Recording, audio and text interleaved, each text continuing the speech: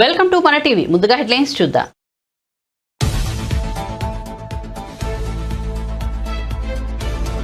రేపు పోలిపల్ల వద్ద భారీ బహిరంగ సభ. హాజరు కానున్న 6 లక్షల మంది. అనంతపురం గుత్తి మీదుగా విశాఖ చేరుకోనున్న ప్రత్యేక రైళ్లు.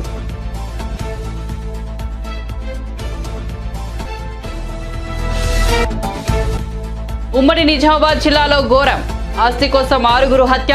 ప్రాణ స్నేహితుని కుటుంబంపైనే కిరాతకం. 16 రోజుల్లో ఒకరి తర్వాత మరొకరిని హతమార్చిన నిందితుడు.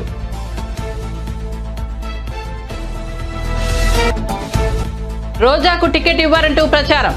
నాకు టికెట్ రాదని తప్పుడు ప్రచారం చేస్తున్నారని రోజా ఫైర్. కొందరు సునకానందం పొందుతున్నారంటూ రోజా మండిపాటు.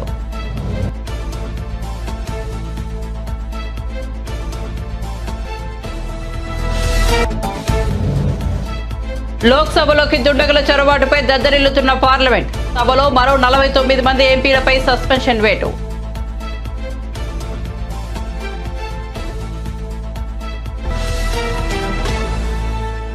ఇక వార్త వివరాల్లోకి వెళ్తే ఉమ్మడి నిజామాబాద్ జిల్లాలో దారుణం చోటు చేసుకుంది. ఒకే కుటుంబానికి చెందిన 6గురు దారుణ హత్యకు గురి కావడం కలకలం రేపింది. వారం వ్యవధిలోనే ఒక్కొక్కరిని ఓ నిందితుడు హతమార్చినట్లు తెలిసింది. డిచ్పల్లి మండలం మట్లార్కు చెందిన మక్లూర్ ప్రసాద్ ను అతని స్నేహితుడు ప్రశాంత్ హత్య చేసినట్లుగా చెబుతున్నారు. మక్లూర్ చెందిన ప్రసాద్ కుటుంబం ఆ గ్రామాన్ని వదిలేసి మాచారెడ్డికి వెళ్లిపోయారు. ఆయన భార్య, 2 పిల్లలు, 2 చెల్లెలు ఉన్నారు. ప్రసాద్ కు మక్లూరులో ఓ ఇల్లు ఉంది. ఆ ఇంటిపై కన్నేసిన అతని స్నేహితుడు ప్రశాంత్ వారందరినీ హత్య చేసినట్టు తెలిసిందే. ప్రశాంత్ తన స్నేహితుడి శవాన్ని డిచ్పల్లి హైవే పక్కన పూడ్చిపెట్టారు. ఆ తర్వాత ప్రసాద్ పోలీసుల అదుపులో ఉన్నాడని నమ్మబలికి అతని భార్యను కూడా ప్రశాంత్ తీసుకెళ్లాడు. ఆమెను బాసర వద్దనున్న గోదావరిలోకి తోసేశాడు. తరువాత వారి 2 పిల్లలను చంపి పోచంపాడ్ సోన్ బ్రిడ్జి వద్దనున్న కాలువలో పడేశాడు. ప్రసాద్ కుటుంబ సభ్యుల్ని పోలీసులు తీసుకెళ్లారని చెప్పి ప్రసాద్ 2 చెల్లెళ్లను వేరువేరుగా తీసుకెళ్లి ప్రశాంత్ హత్య చేశాడు. మొదటి 3 హత్యలు ప్రధాన నిందితుడు ప్రశాంత్ ఒక్కడే చేశాడని, తర్వాత ముగ్గురిని మరో 3 స్నేహితులతో కలిసి హత్య చేసినట్లు పోలీసులు చెబుతున్నారు. నిందితుడు ప్రశాంత్ ను కామారెడ్డి ఎస్పీ సింధు శర్మ మీడియా ముందు ప్రవేశపెట్టారు.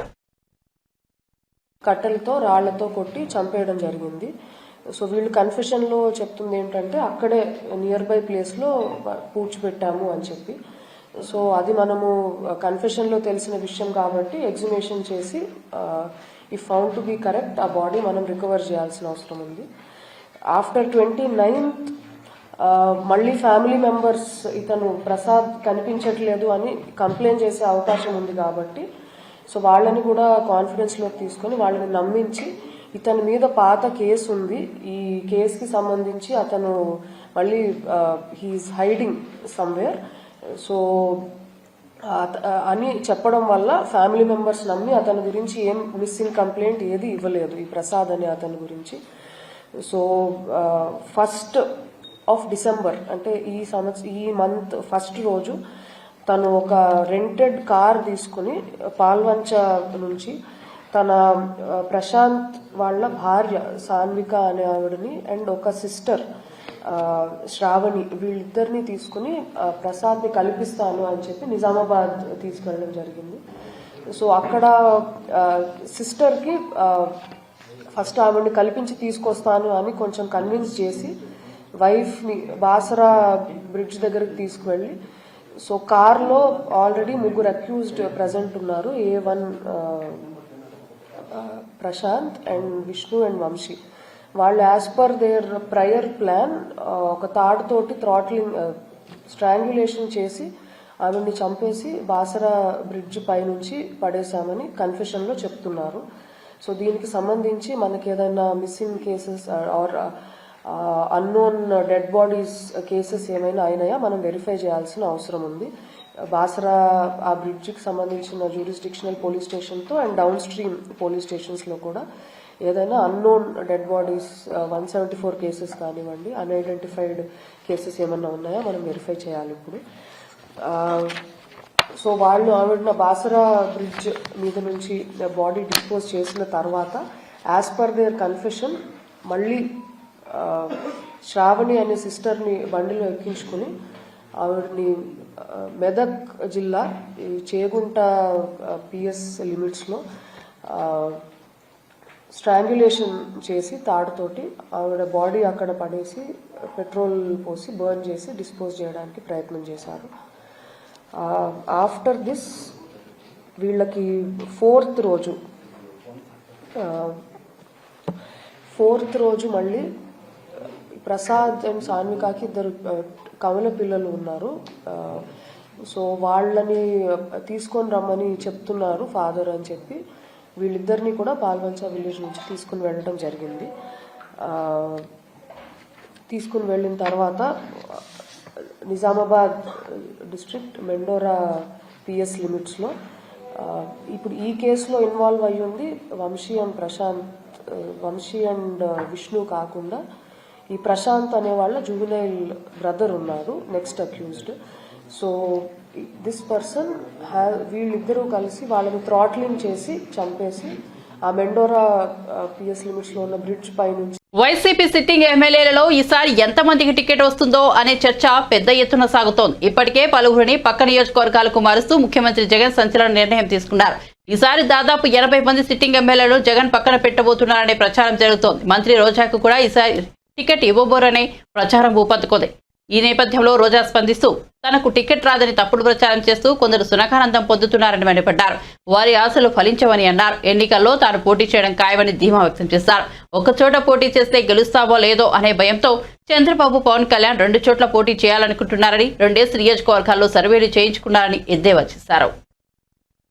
మీరు పేపర్ తిప్పేసి చూస్తే తెలుస్తుంది. ఎవ్రీ డే గడప గడపకి పల్లె నిద్ర చేస్తూ ఏ విధంగా ప్రజలకి అభివృద్ధి కార్యక్రమాలు భూమి పూజలు చేస్తూ తిరుగుతున్నారో మీరు చూస్తున్నారు. అలాగే క్యాబినెట్ మీటింగ్స్ కానీ లేదా పార్టీ కార్యక్రమాలు ఏవైనా కూడా ఎప్పుడూ ఫస్ట్ వరుసలో నేనే ఉంటా. అండ్ ఈరోజు పచ్చ ఛానళ్ళు తెలుసుకోవాల్సింది ఒక్కటే, వాళ్ళు ఎంత దిగజారిపోయారంటే వాళ్ళకి 175 కాన్స్టిట్యున్సీలో క్యాండిడేట్లు పెట్టడానికి క్యాండిడేట్లు లేక వైఎస్ఆర్సీపీలో ఎవరైనా గొడవ పడితే బాగుంటుంది, ఎవరికైనా సీట్ ఇవ్వకపోతే బాగుంటుంది, మన పార్టీకి వస్తే వాళ్ళకి ఇద్దామని గోతికాడ గుంట నక్కల్లాగా ఎదురు చూస్తున్నారు. సో వాళ్ళకి నేను చెప్పేది ఒక్కటే, మా పార్టీలో ప్రజలకు ఎంత ప్రేమ ఉందో జగనన్న మీద అంతకి రెట్టించిన ప్రేమ మా అందరికీ ఉంది. మేమందరం కూడా జగనన్న పార్టీ పెట్టక ముందు నుంచి ఉన్నాం. మేము అలగటాల్లో కోపపడటాల్లో ఏమీ ఉండదు. జగనన్న ముఖ్యమంత్రి అయితే మేమందరం కూడా ప్రజలకు సర్వీస్ చేసే అవకాశం మాకుంది కాబట్టి ఆయన ముఖ్యమంత్రి అవ్వడానికి మేము 100% పనిచేసేవాళ్ళం. రెండవది, ఎవరి నియోజకవర్గాల్లో వాళ్ళు ప్రజలకి అందుబాటులో ఉన్నారా లేదా, సర్వేల్లో వాళ్ళు గెలుస్తారా లేదా అనేది అందరికీ బుక్స్ ఇచ్చారు, డిస్కషన్ కూడా అయిపోయింది. సో ఎవరికైతే ప్రజల్లో తిరగని వాళ్ళకి సీట్లు లేదు అంటే వాళ్ళకి కూడా అవకాశం ఇచ్చారు. ఒక 8 monthsగా మళ్ళీ తిరిగి సర్వేల్లో కొంచెం పెంచుకోండి అని. ఎందుకంటే ఎక్కడా కూడా జగనన్న మీద ఎవరికి వ్యతిరేకం లేదు. ఎందుకంటే దేశంలో ఏ రాష్ట్రంలో ఏ ముఖ్యమంత్రి చేయనటువంటి విధంగా, ఈ ఆంధ్రప్రదేశ్లో కూడా గతంలో ఏ ముఖ్యమంత్రి చేయనటువంటి విధంగా ప్రతి కుటుంబంలో ఎంతమంది ఉంటే అంతమందికి సంక్షేమాన్ని అందించారు. ప్రతి గ్రామ వార్డులకి ఈరోజు అభివృద్ధిని అందించారు. అలాగే వారికి ఆరోగ్యాన్ని అందిస్తున్నారు, వారి బిడ్డలకి ఈరోజు విద్యను అందిస్తున్నారు, ప్రతి ఒక్కరికి గౌరవంగా ఇళ్ల పట్టాలు ఇచ్చి ఇల్లు ఇస్తున్నారు. ఇంతకన్నా ఏ ముఖ్యమంత్రి దగ్గర ఎవరేం కోరుకుంటారు? ఇక్కడ ఎమ్మెల్యేలు కానీ మంత్రులు కానీ ఒకవేళ ప్రజలకు అందుబాటులో లేక సీటు లేకపోయినా ఆల్టర్నేటివ్ వాళ్ళకి జగన్మోహన్ రెడ్డి గారు ఏం చేయబోతున్నారో కూడా చెప్తున్నారు. కాబట్టి అందుకే ఎక్కడ గొడవలు లేవు, కోపతాపాలు లేవు. అండ్ నా విషయానికి వస్తే, నగిరిలో రోజాకి సీటు లేదు అంటే ఆంధ్రజ్యోతి రాధాకృష్ణన్ నుంచి ఉంటాడా లేదా రామోజీ నుంచి ఉంటాడా? ఆన్సర్ చెప్పాలి. ఈరోజు చంద్రబాబు నాయుడుకి ఒక చోట నించుండే దానికి దమ్ము లేదు, పవన్ కళ్యాణ్కి ఒక చోట నించునే దానికి దమ్ము లేదు. అందుకే రాబోయే ఎన్నికల్లో 2 చోట్ల నించుంటామని చెప్పి సర్వేలు చేయించుకుంటున్నారు. మేము మా ప్రజలకి అందుబాటులో ఉన్నాం కాబట్టే ఈరోజు 2 సార్లు ఎమ్మెల్యేలైనాం, మంత్రులయ్యాం. సో ఖచ్చితంగా 2024 175కి 175 కొట్టబోతున్నాం. మేమందరం కూడా గెలవబోతున్నాం. మళ్ళీ ప్రజల ఆశీస్సులతో ప్రజలకి సర్వీస్ కూడా చేయబోతున్నాం అనేది పచ్చపత్రికలు తెలుసుకోవాలి. ఒకవేళ నగిరిలో రోజాకి టికెట్ నిరాకరిస్తే ఎటువంటి పరిస్థితి? బీసీ నేతకి ఏమన్నా అవకాశం ఇస్తే? ఎవరికి ఇచ్చినా నాకు ఇబ్బంది లేదు. నేనైతే జగనన్న సైనికురాల్ని, జగనన్న కోసం నా ప్రాణమైనా ఇస్తాను. అనేక సందర్భాల్లో చెప్పని రాసి పెట్టుకోండి. అండ్ ఎవరైతే సునకానందం పొందాలనుకుంటున్నారో రోజాకి సీటు లేదు అని ఒక స్టోరీ లేసి, అది మీకు కొన్ని రోజులకి మాత్రమే సునకానందం. మా కార్యకర్తలకో నాయకులకో ఎవరికి కూడా బాధ లేదు. ఎందుకంటే వాళ్ళకి నిజం తెలుసు నాకు సీటు ఉందని. ఒకవేళ సీటు లేదని మీరు ఆనందపడినా కూడా నాకు ఇబ్బంది లేదు. హైదరాబాద్ ను చలి వణికిస్తోంది. రాత్రిపూట ఉష్ణోగ్రతలు పడిపోతున్నాయి. పగటిపూట కూడా సాధారణం కంటే తక్కువ ఉష్ణోగ్రతలు నమోదవుతున్నాయి. వాకింగ్ కు వెళ్లేందుకు బయట అడుగు పెట్టాలంటే నగరవాసులు భయపడుతున్నారు. రాత్రి ఉష్ణోగ్రతలు సాధారణం కంటే 4 నుండి 5 డిగ్రీలు తక్కువగా నమోదవుతున్నాయి. ఫలితంగా చలిగాలుల తీవ్రత చాలా ఎక్కువగా ఉంటుంది. నగరంతో పాటు చుట్టుపక్కల ప్రాంతాల్లో కూడా మరో 2 రోజులు ఇదే పరిస్థితి ఉంటుందని బేగంపేట వాతావరణ శాఖ అధికారులు తెలిపారు. గరిష్టంగా 27 డిగ్రీలు, కనిష్టంగా 16 డిగ్రీల ఉష్ణోగ్రతలు ఉంటాయని చెప్పారు. సోమవారం అత్యల్పంగా పటాన్చెరు, రామచంద్రాపురంలో 14.8 డిగ్రీల ఉష్ణోగ్రత నమోదైందని ఐఎండీ పేర్కొంది. సీఎం రేవంత్ రెడ్డి ఇప్పుడు సిబిఐ విచారణకు ఎందుకు ఆదేశించడం లేదని బీజేపీ మాజీ ఎమ్మెల్యే రఘునందనరావు ప్రశ్నించారు. కాళేశ్వరంపై వివరాలు ఇవ్వాలని కోరిన రాష్ట్ర ప్రభుత్వం ఇవ్వలేదని తెలిపారు. కాళేశ్వరంపై సిబిఐ విచారణ చేయించాలని రేవంత్ రెడ్డి గతంలో డిమాండ్ చేశారని గుర్తు చేశారు. బీజేపీ, బీఆర్ఎస్ ఒకటే అని ప్రచారం చేశారని మండిపడ్డారు. రేవంత్, రాహుల్ గాంధీ మేడిపల్లికి వెళ్లి కేసీఆర్ ని కాళేశ్వరం కరప్షన్ రావు అని అన్నారని తెలిపారు. కాళేశ్వరం పేరుతో కేసీఆర్ లక్షల కోట్లు దోచుకున్నాడు. ఆ డబ్బులను వసూలు చేసి పేద ప్రజల అకౌంట్లో వేస్తా అని రాహుల్ అన్నారని తెలిపారు. రేవంత్ రెడ్డి ఇప్పుడు సిబిఐ విచారణను ఎందుకు ఆదేశించడం లేదు అని ప్రశ్నించారు. రేవంత్ కు ఉన్న అభ్యంతరం ఏంటి, ఎందుకు లేఖ రాయడం లేదు అంటూ ప్రశ్నలు సంధించారు. కాళేశ్వరం ప్రాజెక్టును మేడిగడ్డ వరకే పరిమితం చేయాలని చూస్తున్నారు. కుట్ర జరుగుతోందని మండిపడ్డారు. కాంగ్రెస్ పార్టీ మీద అనుమానం వస్తోందని సంచలన వ్యాఖ్యలు చేశారు. ఆ రాష్ట్ర ముఖ్యమంత్రి స్వయాన ఉత్తరం రాసి భారత ప్రభుత్వానికి దీని మీద సిబిఐ విచారణ జరిపించమని అడగడు, లేదా సుప్రీంకోర్టు ఇన్వాల్వ్ అయి సుప్రీంకోర్టు ఉత్తర్వులు ఇచ్చి సిబిఐ విచారణకు ఆదేశించారు. ఇవి ఈ దేశంలో ఉన్నటువంటి సిబిఐ విచారణకు ఆదేశించినటువంటి సందర్భం. నేను ఇలా కాంగ్రెస్ పార్టీ టీపీసీసీ ప్రెసిడెంట్గా కాళేశ్వరం అంటే వాళ్ళకి ఏటీఎం అని చెప్పి రాహుల్ గాంధీ దగ్గర నుంచి రేవంత్ రెడ్డి గారి దాకా మాట్లాడిండ్రు కదా. నేను ఇలా ఒకటే సూటి మాట్లాడుతున్నా రేవంత్ రెడ్డి గారిని. చాలా విషయాల లోపల మీరు సమాచార హక్కు చట్టం కింద సమాచారం తెచ్చుకుంటారు. మీ దగ్గర చాలా ఫైళ్ళు ఉంటాయి, చాలా ఇన్ఫర్మేషన్ ఉంటుంది అని చెప్తారు కదా. మీరు గెలిచి అధికారంలోకి వచ్చి ముఖ్యమంత్రిగా ప్రమాణ స్వీకారం చేసిన మొదటి రోజే నాలాంటి వాళ్ళు మేము ఎక్స్పెక్ట్ చేసినామంటే రేవంత్ రెడ్డి గారు ఒక ఉత్తరం రాస్తారు భారత ప్రభుత్వానికి, భారత ప్రధానమంత్రి గారికి, in the capacity of chief minister of Telangana 1,00,000 కోట్ల అవినీతి జరిగిందని ఆరోపణలు చేసినటువంటి కాళేశ్వరం ప్రాజెక్టు మీద సిబిఐ విచారణ జరుపుమని ఒక సింగిల్ పేజ్ ఉత్తరం రాయడం లోపల, 4 లైన్ల ఉత్తరం రాయడం లోపల రేవంత్ రెడ్డి గారికి ఉన్నటువంటి ఇబ్బంది ఏంటి, కలుగుతున్నటువంటి అవస్థ ఏంటి అనేది ఇలా తెలంగాణ సమాజం అడుగుతుంది.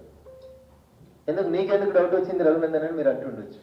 ఎందుకు డౌట్ వచ్చిందంటే గత వారం రోజులుగా పేపర్లలో, టీవీలలో చర్చనంతా ఒక మేడిగడ్డ వరకే కన్ఫైన్ చేసేటువంటి కుట్ర జరుగుతుంది. మేడిగడ్డ కుంగింది మేడిగడ్డ కాబట్టి ఎఫ్ఐఆర్ ఏం చేస్తారు, టీపీసీసీ ఉపాధ్యక్షుల వారు పోయి మేడిగడ్డ మీదనే ఎఫ్ఐఆర్ రిజిస్టర్ చేపిస్తారు. దాని మీదనే ఆ ఎఫ్ఐఆర్ని సిబిఐకి ఇవ్వని హైకోర్టులో వాళ్ళే పిటిషన్ వేస్తారు. అంటే what is the interest and what is the intensity of the case. Kaleshwaram అంటే ఒక మేడిగడ్డ కాదు. మేడిగడ్డ కట్టింది కాళేశ్వరాన్ని దోసుకున్న ఆయన కాదు. మేడిగడ్డ కట్టింది ఎల్ఐటి అనేటువంటి కంపెనీ.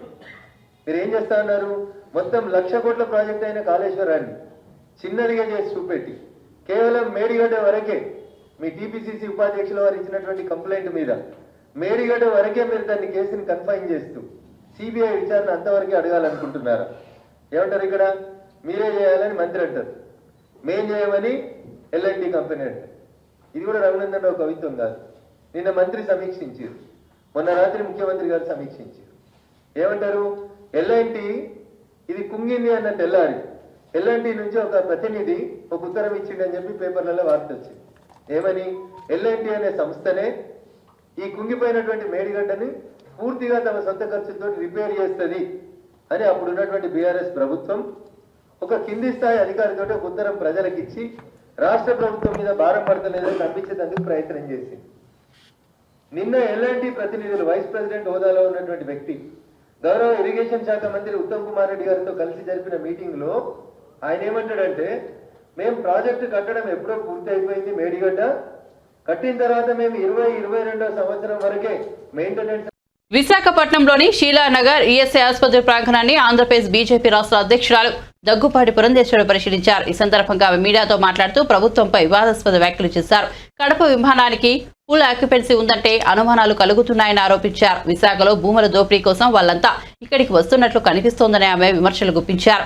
మెట్రో రైలు కోసం కేంద్ర ప్రభుత్వంపై అభండాలు వేస్తున్న రాష్ట్ర ప్రభుత్వం డిపిఆర్ ఎప్పుడు సమర్పించారో ప్రజలకు చెప్పాలని పురంధేశ్వరి ప్రశ్నించారు. కావచ్చు, మరి వాల్టర్ డివిజన్కి సంబంధించి ఇవాళ 695 కోట్ల రూపాయలు మరి రైల్వే మినిస్ట్రీ ఇచ్చింది. మరి ఇక్కడ జోన్ మోడర్నైజేషన్కి, అదే విధంగా ఇక్కడ జోన్కి సంబంధించి, రైల్వే జోన్కి సంబంధించి మొన్న అశ్విని వైష్ణవ్ గారు వచ్చినటువంటి సందర్భంలో వారు స్వయంగా చెప్పారు, అయ్యా బాబు నేను భూమి అడిగాను, 103 కోట్ల రూపాయలు నేను కేటాయించడం కూడా జరిగిపోయింది, కానీ ఇప్పటి వరకు మీరు భూమి ఇవ్వలేదు అని స్వయంగా అశ్విని వైష్ణవ్ గారు చెప్పారు. అప్పటి వరకు మీరేమంటున్నారు, ప్రతి ఒక్కరు కూడా కేంద్ర ప్రభుత్వం పట్టించుకోవడం లేదు అని చెప్పినటువంటి దానికి మొన్న అశ్విని వైష్ణవ్ గారు వచ్చినప్పుడు వారి ధీటైనటువంటి జవాబు ఇచ్చారు. కనుక రాష్ట్ర ప్రభుత్వాన్ని మేము డిమాండ్ చేస్తున్నాం, ఇక్కడ ఉన్నటువంటి ప్రజల్ని మోసం చేసేది మీరు భూమి ఇవ్వకుండా మీరు ఇవాళ డివిజన్ రాలేదు అని చెప్పడం సరికాదు, మీరు వెంటనే ఆ ల్యాండ్ కేటాయించండి అని చెప్పి మేము చేస్తున్నటువంటి ఒత్తిడి. అదేవిధంగా మెట్రోకి మేము చాలాసార్లు మేము అభ్యర్థిస్తున్నాము, కానీ మాకు అసలు ఎటువంటి సమాధానం కేంద్ర ప్రభుత్వం నుండి రావట్లేదని చెప్తున్నారు. డిపిఆర్ మీరు ఎప్పుడు ఇచ్చారు కేంద్ర ప్రభుత్వానికి? ఇప్పటి వరకు కూడా మెట్రోకి సంబంధించినటువంటి డిపిఆర్ ఇవ్వకుండా ఆ అభాండం అన్నది కేంద్ర ప్రభుత్వం మీద, భారతీయ జనతా పార్టీ మీద వేయడం ఎంతవరకు సమంజసం అని చెప్పి మేము వేస్తున్నటువంటి ప్రశ్న. అదేవిధంగా ఇవాళ చూసినట్లయితే ఆంధ్ర యూనివర్సిటీ మన బిడ్డలకి మెరుగైనటువంటి నైపుణ్యంతో కూడినటువంటి మేలైనటువంటి నాణ్యమైనటువంటి విద్యనిస్తూ వారికి రేపు మంచి పౌరులుగా తీర్చిదిద్దవలసినటువంటి ఆంధ్ర యూనివర్సిటీ ఇవాళ అచ్చంగా వైఎస్ఆర్సీపీ ఆఫీసుగా మారిపోయింది అనేటువంటి భావన విశాఖపట్నంలో నివసిస్తున్నటువంటి ప్రతి సిటిజన్ మనసులో ఉన్నటువంటి విషయం అని చెప్పి మేము భావిస్తున్నాం. ఇందాక చెప్పాం మేము ఎట్లా సిజిహెచ్ఎస్ సెంటర్ని ఇక్కడ ఇచ్చామని, కానీ రాష్ట్ర ప్రభుత్వం కేజీహెచ్కి ఏమి న్యాయం చేసింది అని చెప్పి మేము అడుగుతున్నాం. ఇవాళ మనం మెటర్నిటీ వార్డుకి వెళ్తే గర్భిణీ స్త్రీలు ఇద్దరిద్దరు ఒకే మంచం మీద పడుకుని మనకు కనపడుతూ ఉంటారు. అంటే అంతటి అధ్వాన్న పరిస్థితుల్లో కేజీహెచ్ ఉంటే మనకి అదొక రకమైనటువంటి హెరిటేజ్గా మనం భావిస్తుంటే ఆ హాస్పిటల్కి ఏమి న్యాయం రాష్ట్ర ప్రభుత్వం చేసింది అని చెప్పి మేము వేస్తున్నటువంటి ప్రశ్న. అదేవిధంగా మద్యంతో తాగి మరి మనం చూసాం అక్కడ ఉన్నటువంటి గ్యాస్ట్రోఎంట్రాలజీ వార్డులు దగ్గర నెలకి 1,00,000 మంది, సంవత్సరానికి 1,00,000 మంది చనిపోతున్నారు అని చెప్పి వస్తుంది. కనుక నాణ్యత లేనటువంటి మద్యాన్ని మీరు ప్రజలకి సరఫరా చేసి వారి ప్రాణాలతో మీరు చెలగాటం ఆడటం లేదా అని చెప్పి భారతీయ జనతా పార్టీ ప్రశ్నిస్తుంది. అదేవిధంగా ఇన్సెంటివ్స్, ఐటీకి విశాఖపట్నం అన్నది చాలా అనువైనటువంటి ప్రాంతం, కానీ ఐటీ ఇన్సెంటివ్స్ ఏదైతే ఉందో 4.5 సంవత్సరాలు మీరు అసలు ఐటీకి ఇవ్వలేదు. అది మాత్రమే కాకుండా హెచ్ఎస్బిసి మరి ఐబిఎం ఏవైతే ఉన్నాయో వారు విశాఖపట్నాన్ని వదిలి వెళ్ళిపోయారు. మీరు చాలా గర్వంగా ఇన్ఫోసిస్ని మేము తీసుకొచ్చామని చెప్పి అంటున్నారు. ఇన్ఫోసిస్ రాష్ట్ర ప్రభుత్వం తీసుకుని వస్తే రాలేదండి. ఇన్ఫోసిస్ వారంతటి వారే వచ్చారు, రెంటల్ భవనంలో ఉన్నారు. రాష్ట్ర ప్రభుత్వం ఏ మాత్రం కూడా వారికి సహకారం అందించలేదు అనేటువంటి విషయం ఇది సత్యం అని చెప్పి మీ అందరికీ తెలియజేస్తున్నాను. ఇంకా డిస్ట్రిక్ట్ కోర్ట్స్కి సంబంధించి నేను చెప్పనవసరం లేదు, అక్కడ మౌలిక వస్తువులు ఎంత అధ్వానంగా ఉన్నాయో మీరందరూ కూడా ఒక్కసారి అటు వెళ్ళి చూసినట్లయితే చాలా బాగుంటుంది అని చెప్పి మేము తెలియజేస్తున్నాం. మరి అదేవిధంగా ఇవాళ సెంట్రల్ ఫండ్స్ ఇస్తున్నాం, కానీ ప్రతి దాని మీద కూడా జగన్మోహన్ రెడ్డి గారి, జగనన్న గారి స్టిక్కర్ మనం చూస్తున్నాం. రేషన్ వ్యాన్లు ఉన్నాయి, రేషన్ వ్యాన్ల మీద కూడా ఇవాళ మోడీ గారు ఉచితంగా 5 కిలోల బియ్యం ఇచ్చి ఇంకొక 5 సంవత్సరాలు దాన్ని పొడిగిస్తే టీడీపీ నేత నారా లోకేష్ చేపట్టిన యోగులం పాదయాత్ర ముగింపు విజయోత్సవ సభకు సర్వం సిద్ధమైంది. విజయనగరం జిల్లా భోగాపురం మండలం పోలిపల్ల వద్ద రేపు జరగనున్న భారీ బహిరంగ సభలో టీడీపీ అధినేత నారా చంద్రబాబు నాయుడు, జనసేన చీఫ్ పవన్ కళ్యాణ్, లోకేష్ పాల్గొంటారు. ఈ సభకు దాదాపు 6 లక్షల మంది హాజరయ్యే అవకాశం ఉండడంతో సరిపడా గ్యాలరీలు సిద్ధం చేశారు. చుట్టుపక్కల నుంచి వాహనాలు తరలి వచ్చే వారి కోసం ప్రత్యేకంగా పార్కింగ్ సదుపాయం ఏర్పాటు చేశారు. యోగుల ముగింపు సభకు హాజరయ్యేందుకు శ్రీ సత్యసాయి జిల్లా ధర్మవరం నుంచి అభిమానులతో ప్రత్యేక రైలు బయలుదేరింది. అదే అనంతపురం గుత్తి మీదుగా విశాఖపట్నం చేరుకుంటుంది. అక్కడి నుంచి ప్రత్యేక వాహనాల్లో కార్యకర్తలు, అభిమానులు పోలిపల్లి సభకు చేరుకుంటారు.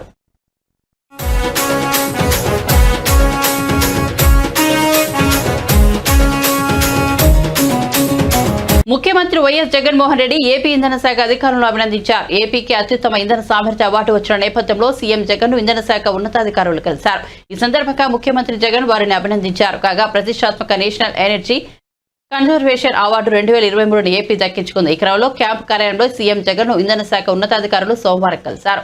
వారు సీఎం జగన్ ను కలిసి అవార్డు వివరాలను తెలియజేశారు. ఇక ఇటీవల ఢిల్లీలో రాష్ట్రపతి ద్రౌపది ముర్ము చేతుల మీదుగా ఏపీ అధికారులు అవార్డును అందుకున్నారు.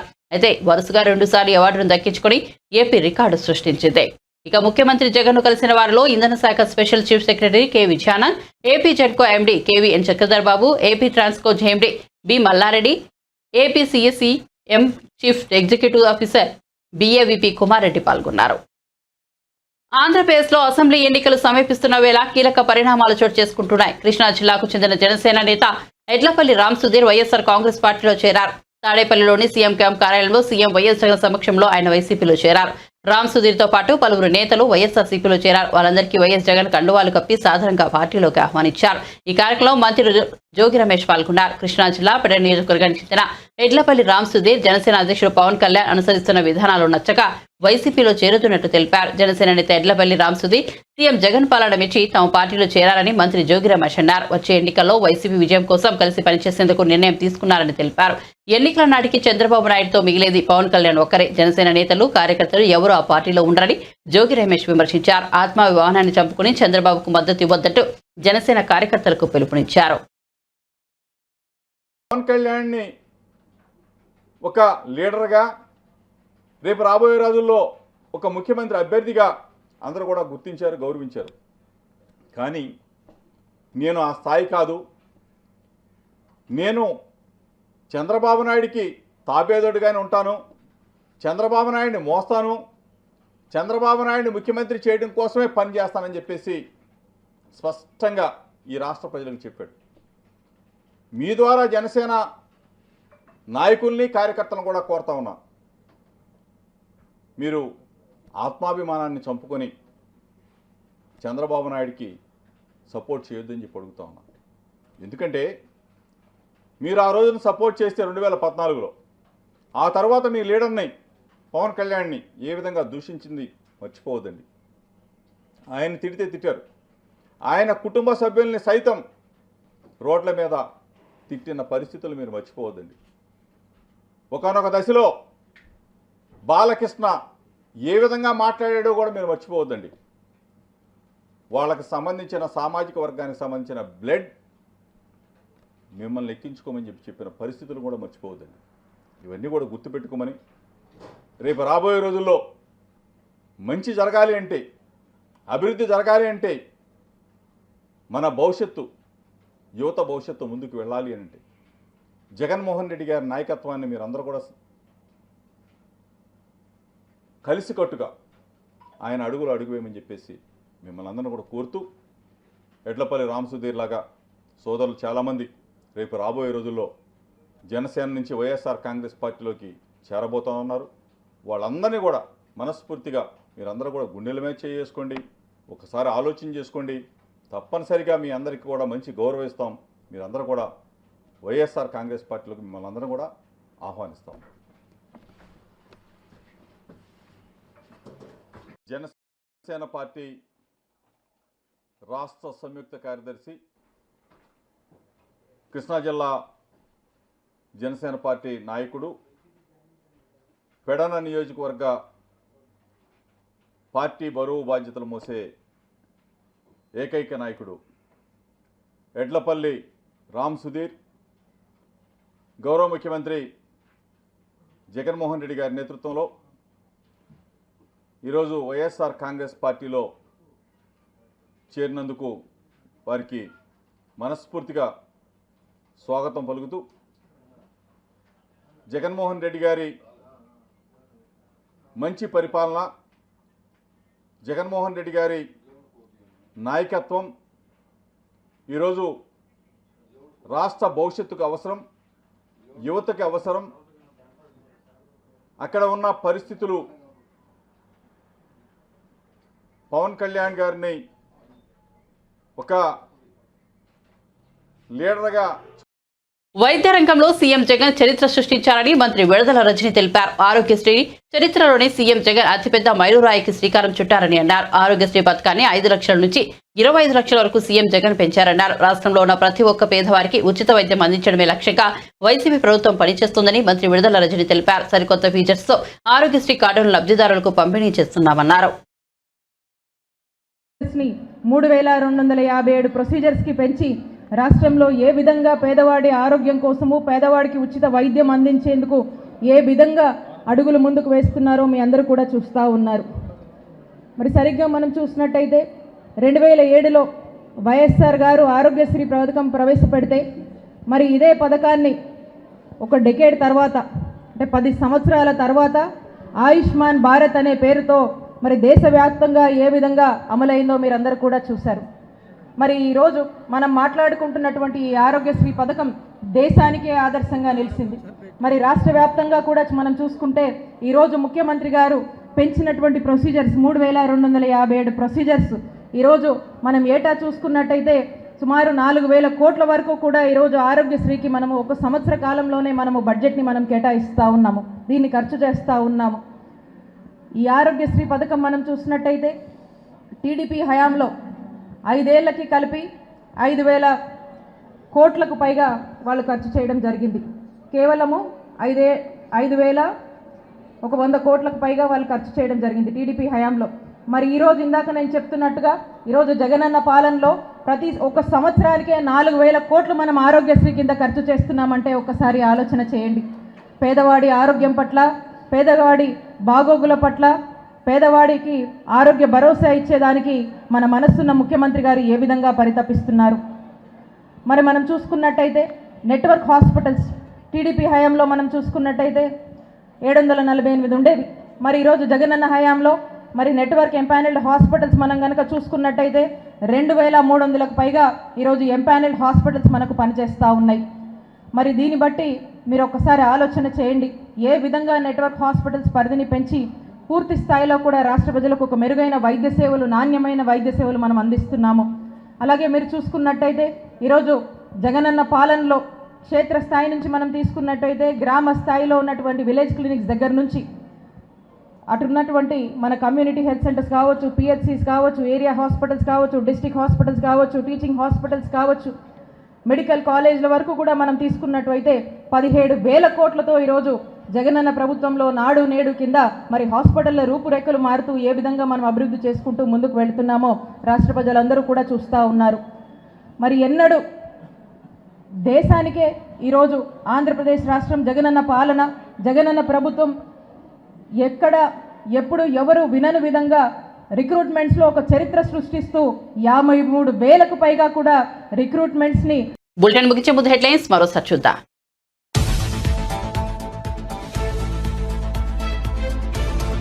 రేపు పోలిపల్ల వద్ద భారీ బహిరంగ సభ, హాజరు కానున్న 6 లక్షల మంది. అనంతపురం గుత్తి మీదుగా విశాఖ చేరుకోనున్న ప్రత్యేక రైళ్లు.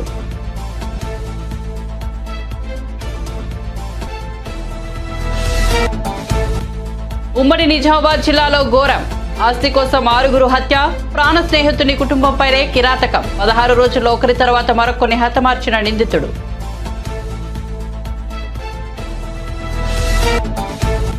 రోజాకు టికెట్ ఇవ్వారంటూ ప్రచారం, నాకు టికెట్ రాదని తప్పుడు ప్రచారం చేస్తున్నారని రోజా ఫైర్. కొందరు సునకానందం పొందుతున్నారంటూ రోజా మండిపాటు.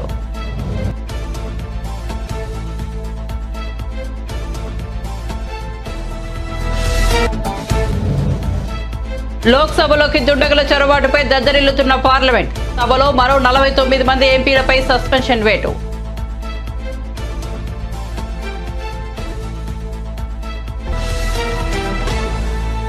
అప్డేట్స్ కోసం చూస్తూనే ఉండండి మన టీవీ.